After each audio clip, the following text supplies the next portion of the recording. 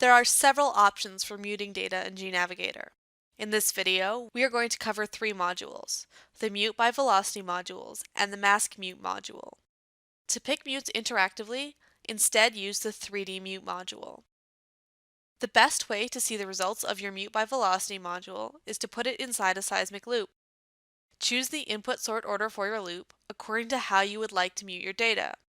If you would like to mute shots, pick a shot point sort, and to mute CMPs, choose a CMP sort. Once you have your map, load up your input, output, and difference views. The Mute by Velocity module will mute your data according to the LMO velocity you define under Velocity.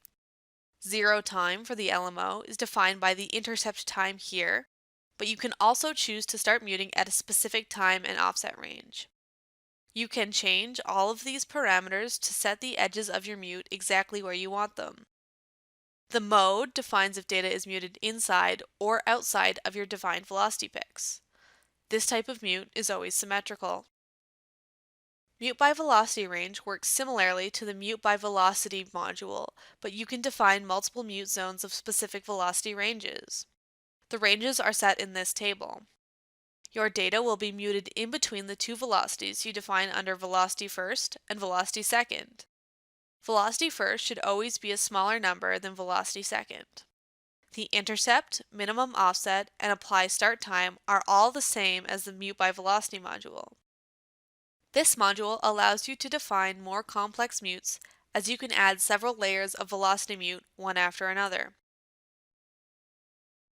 Lastly, the Mask Mute module accepts a model gather and then mutes your data according to where live, non-zero data within the traces of that model gather starts.